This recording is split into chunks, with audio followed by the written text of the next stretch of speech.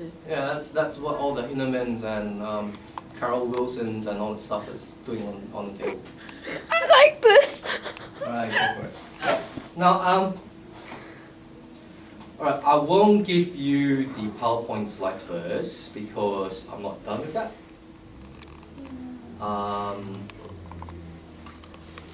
Is this the one? Are they just enjoying themselves? Make sure it's video and it's not pictures. Pictures. Now, when I made this PowerPoint, actually, it's actually for the HSC course. I'll give it out when we're done with it. But the where we're going at right now is, so what you also miss as well, Pooja, that we covered slightly. And Kimberly, if you're watching this, you're missing a lot. And that's why we have to record myself. There's two things I'll talk about today. First is this. For a short while after that, I want to show you your HSC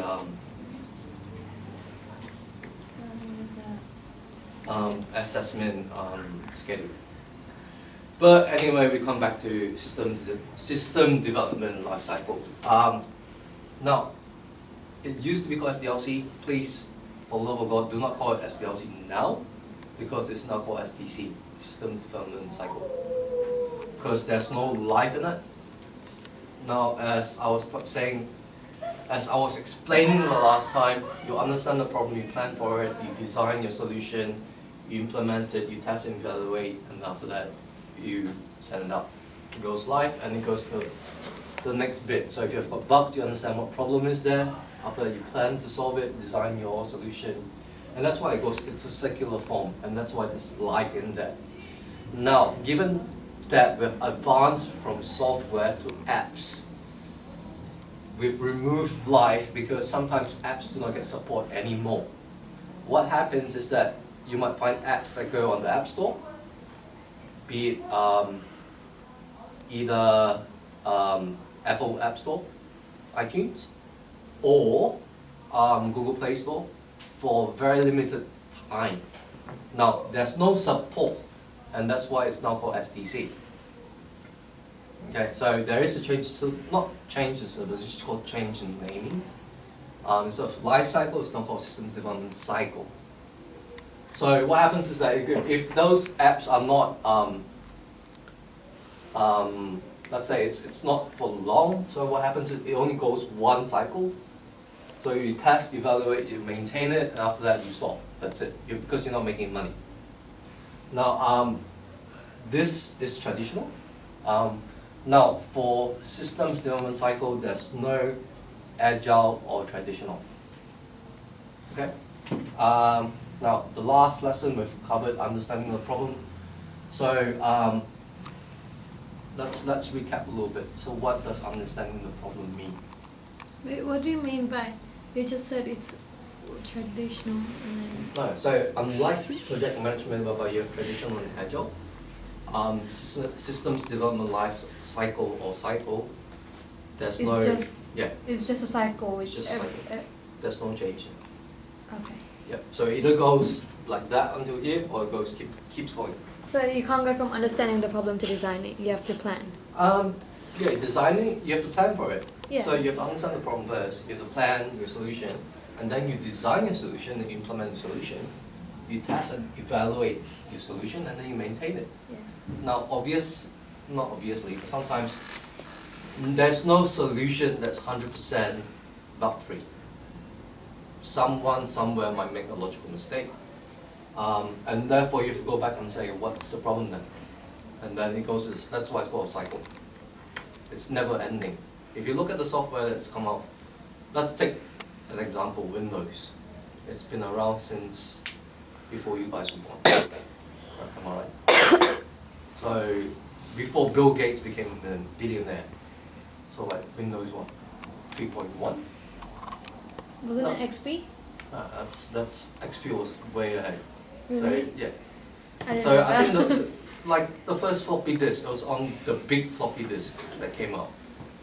And the whole point was that if we just look at Windows as an example, it has gone through at least 20 or 30 iterations, not counting the updates that come up maybe every month. Sometimes every day. Yeah, Nowadays. yeah, possibly every day, because of the problems that you have.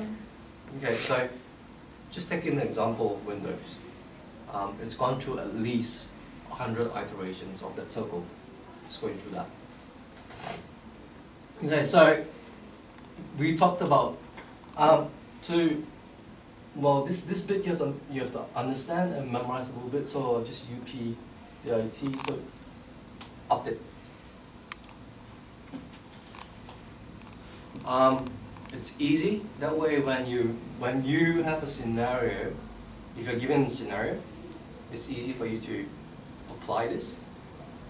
Okay, so now, okay, Rachel, Eddie, understanding the problem. What did we discuss? How do we understand the problem? The gates. We discussed about the gates. So now every software that we implement, every solution that we implement, we don't come up with an implementation. Am I correct to say we don't come up with a solution first? We look at what are we trying to solve. So an example would be Windows was an operating system because before that, or else you'd be typing on the prompt, command prompt. It was not friendly. Home users will not use it. Now it's a big push to get people to use computers, and therefore you need an operating system. Now, and the whole point then was that the problem was pushing out operating systems to home users. It's not so much of developing a software for home users. It's more of how do I make sure that the users at home use my software. That was the problem. So remember how we spoke about Instagram and Snapchat. What was the problem?